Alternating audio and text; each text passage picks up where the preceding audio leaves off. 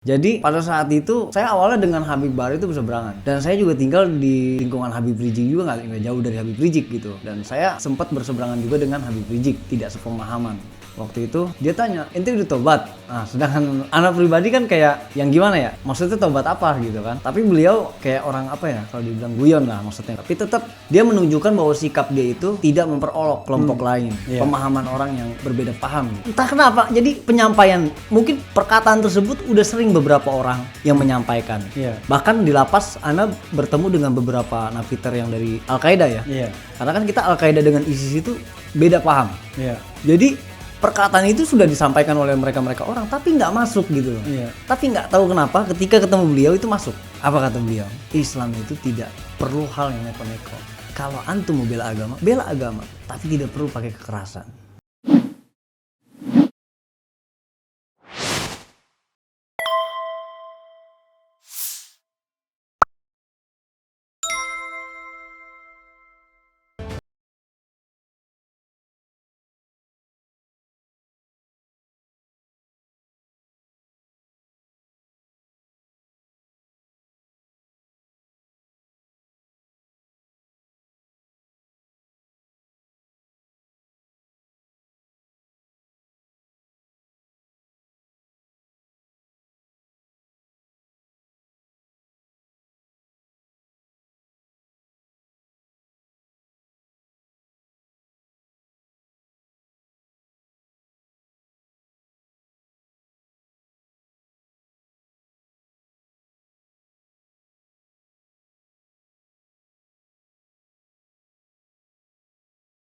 Dibuang ke lapas Jelekong, Bandung. Jelekong. Iya. Setelah di Jelekong, saya ke lapas Cianjur. Lapas Cianjur, barulah ke Pondok Rajek. Gitu. Pondok Rajek itu di mana? Di Bogor, Kabupaten. Cibinong. Iya. Sampai akhirnya ketemu dengan Habib Bahar di lapas Gunung Sindur, lapas khusus. Ketemu dengan Habib Bahar. kapan? Itu kurang lebih 2020. 2020 ketemu dengan Habib Bahar di lapas Gunung Sindur. Gunung Sindur itu masuk wilayah Bogor juga ya? Bogor juga ya. Kok bisa ketemu di Gunung Sindur? Kamu dipindahkan lagi? Iya, dipindah lagi. Dipindah lagi ke Gunung Sindur? Iya. Karena seringnya bermasalah kan. Pemindahan tersebut kan karena bermasalah kita dengan penghuni lapas atau maupun dengan petugas gitu. Emang kamu di selama lapas berkelahi itu gitu? Iya, karena pemahaman saya dulu kan lebih menganggap orang yang bersangkut paut dengan pemerintah itu udah togut gitu. Oke. Jadi kenapa berakhir sampai di Gunung Sindur gitu pemahaman togut tersebut? Kenapa nggak seterusnya? Itu saya itu pengen tahu. Tapi sebelumnya yang jelas kamu berkelahi itu tangan kosong atau apa? Tangan kosong, tapi kita berkelompok. Berapa orang? Tergantung dari misalkan di kapasitas di lapas tersebut ada berapa orang jumlah terorismenya ya. Satu orang napiter kalau seandainya bermasalah dengan petugas maka yang lain ikut turun gitu. Oh gitu ya? Gitu. Berarti sama penghuni lapas lain pernah juga berkelahi? Pernah dengan penghuni lain. Ini mohon maaf, ada yang sampai meninggal? Oh, belum pernah. Enggak ya? Cuma luka-luka doang? Luka-luka. Kamu juga pernah luka? Saya pernah luka. Luka misalnya? Seperti ada gesekan besi atau sikim gitu. Oke, tapi nggak sampai tertusuk apa-apa gitu? Tertusuk, tapi nggak sampai yang dalam. Oke, masih luar-luarnya ya? Masih di luar. Tapi kalau misalnya dibuka bajunya pasti banyak black-blacknya, cacat-cacatnya gitu? Cacat-cacatnya ada. Oke, terakhir tahun 2020 kamu ke Gunung Sindur. Iya. Tahu bulan apa itu? Itu bulan pertengahan 2020 ya, ke Gunung Sindur. Iya. Dan setelah itu nggak pindah lagi? Enggak. Oke, coba saya justru menarik tuh. Pertemuanmu dengan Habib Bahar ya. Dan juga barangkali ada napiter di sana banyak? Ada beberapa. Waktu itu terakhir setelah saya mau pulang ini ya, itu tinggal 2 orang dari. Waktu kamu masuk? Waktu saya masuk 5 orang sama kamu 6? Iya. Jadi waktu kamu keluar tinggal 2 tinggal 2 orang. 2 itu hukuman apa? Hukumannya lebih rendah sih dia 3 tahun 6 bulan waktu itu. Tapi dia baru masuk? Baru masuk. Oke, tidak ada yang hukuman mati atau hukuman? Tidak ada. Nggak ada, oke. Nah, coba ceritakan secara lebih detail ya, biar saya lebih banyak dengarnya. Karena biasanya kalau saya tanya terus diprotes saya. Baik. Jadi biar saya bisa sambil tidur-tiduran. Silakan coba.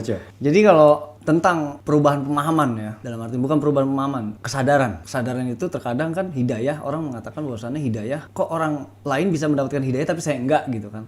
Sebenarnya hidayah itu kan seperti bola, kita jemput, kalau kita nggak jemput dia nggak datang. Gitu. Jadi pada saat itu saya awalnya dengan Habib Bahar itu berseberangan, Dan saya juga tinggal di lingkungan Habib Rizik juga, nggak jauh dari Habib Rizik gitu. Dan saya sempat berseberangan juga dengan Habib Rizik, tidak sepemahaman gitu. Maksudnya berseberangan kan sama Habib Rizik kan di Mabes Polri atau Enggak, maksudnya lingkungan rumah. di Petamburan itu? Iya, di daerah Petamburan. Oke. Jadi karena pemahaman FPI yang lebih ke demokrasi, Iya. kita yang anti dengan demokrasi, jadi tidak Sejalan. Iya, tidak sejalan. Iya. Waktu itu saya sempat ya dalam artian mengkafirkan seseorang yang di luar kelompok kita, bahkan mengharamkan maulid gitu kan. Habib waktu itu sempat nyambut saya. Beliau ngirim makanan waktu saya di penampungan kan. Ngirim makanan Sorry maaf, Habib yang mana? Habib Bahar. Habib Bahar. Di penampungan mana? di penampungan Gunung Sindur. Oke. Dia ngirim makan kepada saya. Waktu itu dia tanya, "Ente udah tobat?" Nah, sedangkan anak pribadi kan kayak yang gimana ya? Maksudnya tobat apa gitu kan? Tapi beliau kayak orang apa ya? Kalau dibilang guyon lah, maksudnya guyon gitu. Tapi tetap dia menunjukkan bahwa sikap dia itu tidak memperolok kelompok lain, pemahaman orang yang berbeda paham gitu. Iya. Jadi dari nilai manhaj tersebut beliau mengajarkan bahwasannya Islam itu rahmatan lil alamin gitu. Islam itu tidak neko-neko. Islam itu mengasihi. Kepada agama lainnya kita mengasihi, kenapa sesama kita nggak memberikan gitu. Dari situ saya mulai merasa beliau yang saya tahu bahwasannya banyaklah orang yang mengklaim bahwasannya Habib Bahar bin Smith atau Habib Rizik itu adalah kelompok radikal. Beliau yang lebih dianggap banyak mendirikan kelompok-kelompok separatis. Iya. Sedangkan saya sendiri terkadang bagi kelompok kalian cemen. bagi kelompok yang kita yang separatis aja gitu yang jelas-jelas sudah masuk dalam kelompok radikal itu bingung gitu loh. Karena apa? Beliau yang mengajarkan bagaimana mencintai tanah air. Ya kan? Karena dalam hadis yang diajarkan oleh beliau, mencintai tanah air itu adalah sebagian daripada iman. Kita berperang itu ada masanya, ada tempatnya. Beliau selalu mengajarkan hal-hal yang baik, hal-hal kelembutan, kasih sayang. Tapi coba ceritakan pertemuan dengan Habib Bahar tadi. Orang pasti pengen tahu. Jadi setelah dikirimin makanan, lalu ngapain? Sempat bertemu berdua, lalu kemudian gimana? Coba agak detail sedikit. Jadi kronologis saja, kronologis. Jadi waktu itu Habib itu sempat ada gesekan juga ya sama rekan saya sendiri. Jadi kebetulan kan yang bersangkutan itu kenal saya di Poso, ya namanya Ustadz Agus. Dia kenal saya di Poso, ketemu saya di situ, dan dia juga yang membiayai istri saya selama saya ada di lapas tersebut. Jadi yang bersangkutan ini merasa bahwasannya ketika saya mulai dekat dengan Habib Bahar, dalam artian Habib kan sering ngajak saya taklim, mengkaji sesuatu dengan apa secara personal gitu kan.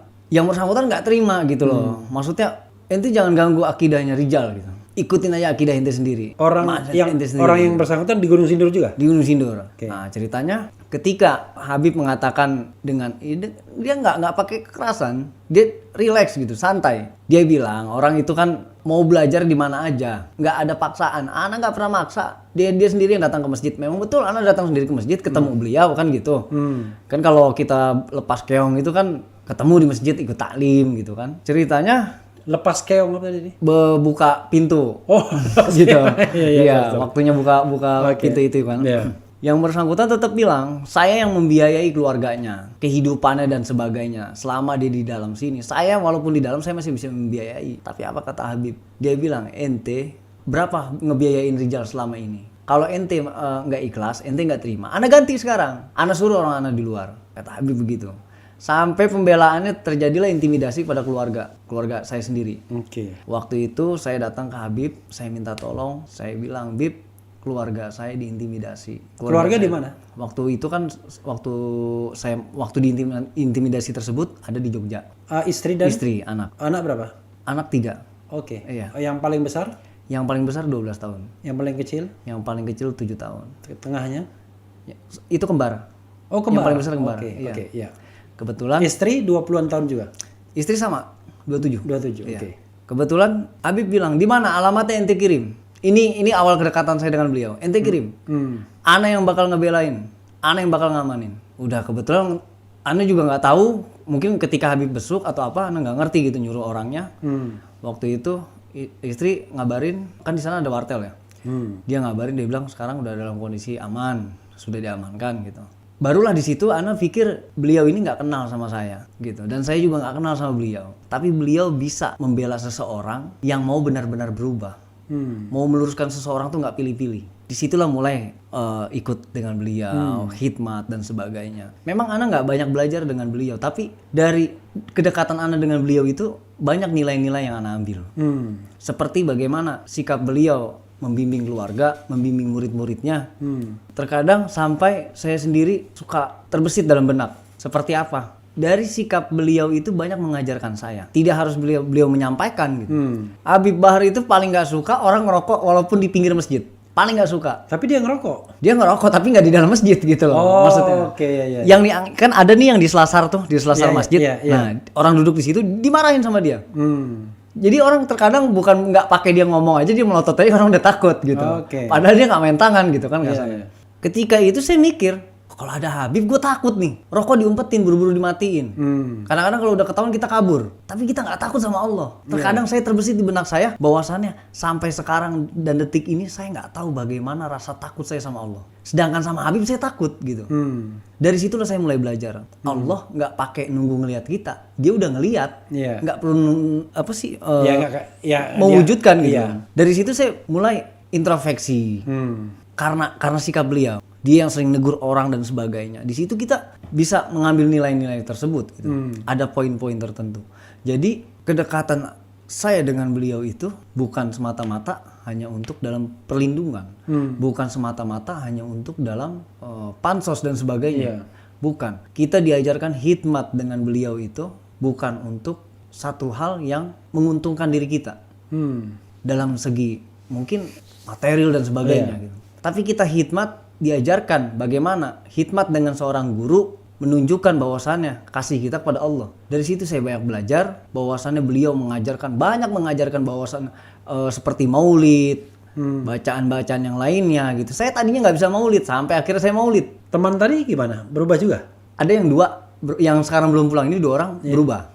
Oke. Berubah. Tapi yang sebelumnya memang yang udah pulang itu tetap pada pendiriannya. Oke. Jadi dari situ saya rekan-rekan yang 2 orang ini kan terkadang suka saya pengen ikut maulid tapi saya bingung keluar bloknya katanya gitu kan. Oke. Karena mereka itu nggak bisa keluar gitu karena dibatasi. Iya. Sedangkan kalau saya kan masih bisa gitu. Iya. Sampai akhirnya ketika beliau pulang itu saya benar-benar merasakan yang dimana saya punya guru yang tadinya saya nggak pernah merasakan gitu. Maksud ketika guru pergi saya nangis. Entah nggak dari mana datangnya gitu. Beliau tuh bebas bulan Desember. Bulan November. November ya. Bulan November.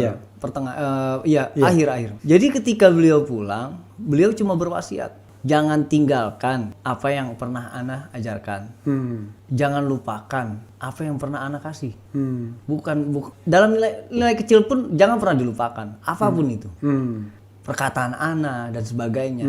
Ambil yang baiknya, buang yang jeleknya dari ana. Ana sadar diri bahwa ana banyak kejelekan. Ana sampai berpikir dia orang yang dikatakan bahwasannya banyak umat Islam yang mengagumi beliau. Beliau tetap mengatakan keburukannya. Banyak keburukan ana. Tapi dari segi kita itu kan kita nggak pernah ngelihat gitu loh dalam artian. Selama kita dengan beliau gitu dalam artian beliau selalu mengajarkan yang baik untuk muridnya. Tidak pernah mengajarkan yang hal-hal yang mungkin disampaikan oleh media-media miring lah. Akhirnya dari situ setelah pulangnya beliau yang tadinya kita terkadang suka malas-malesan, taklim dan sebagainya, itu kita karena rindunya dengan seorang guru, mulailah saya ikut-ikut taklim lebih sering gitu di masjid. Di masjid Lapas. Lapas.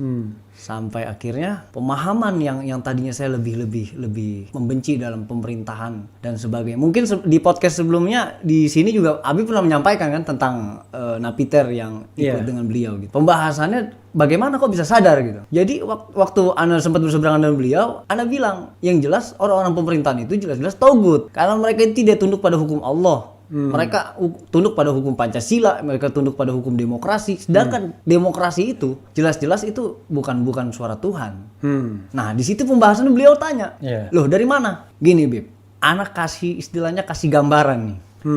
Misalnya anak kasih sebuah cerita. Kita bicarakan tentang demokrasi. Demokrasi itu orang mengatakan bahwasanya dari kata tersebut suara terbanyak itu adalah suara Tuhan. Misalkan dalam pemilihan. suara terbanyak itu adalah suara Tuhan. Ana kasih gambaran. Misalnya Ana seorang arsitektur, ya kan? Ana seorang arsitektur yang ngerti dalam bidang infrastruktur dan sebagainya. Ketika itu Ana mancing di danau. Ana lihat ini jembatan bakal rubuh dalam beberapa hari ke depan. Oh, mau nggak mau saya laporan dong ke kepala desa. Saya sampaikan ke kepala desa. Ini nggak akan lama lagi, pasti akan rubuh. Loh, kepala desa juga bingung kalau harus mengandalkan dana dari negara. Karena harus nunggu beberapa bulan atau minggu. Iya. Kan gitu. Setelah itu dikumpulkanlah warga, mau nggak mau. Iya. Warga tersebut. Ketika warga disampaikan bahwasan jembatan ini mau rubuh beberapa hari lagi, gambarannya.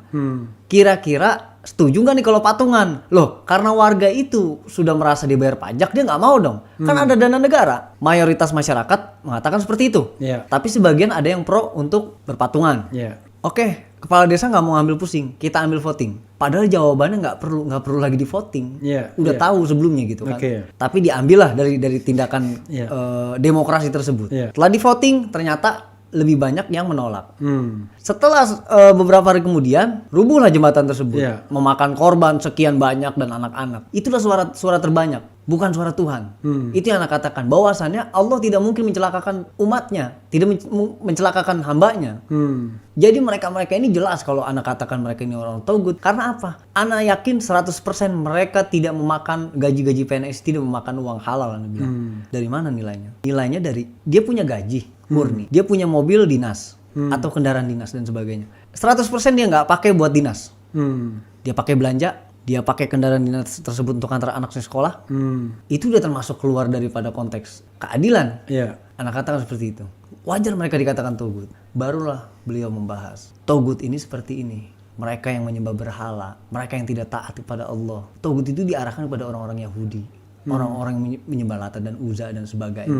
Setelah dari pemahaman tersebut barulah kita paham.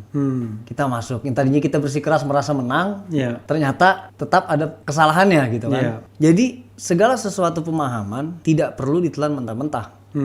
Menurut beliau. Karena kita ini punya prinsip. Allah kasih manusia itu prinsip. Prinsip hidup itu tidak bisa dijalankan tanpa adanya dorongan. Jadi segala tindakan itu harus ada pikiran untuk ke depannya. Antum ngebom orang, antum ngebunuh orang. Orang tersebut belum tentu yang jadi korban itu adalah orang yang salah. Iya. Bagaimana dosanya?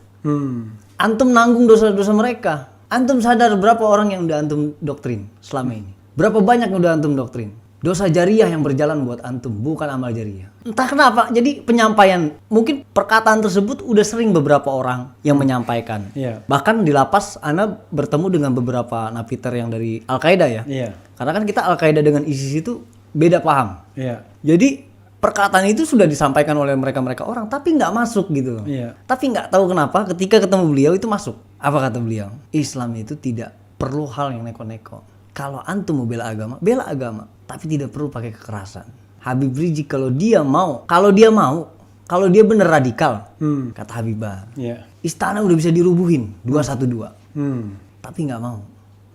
Karena ulama itu tahu basiroh, tahu ke depannya. Itulah saya baru sadar bahwasannya guru yang bijak itu tidak akan mengambil tindakan mentah-mentah.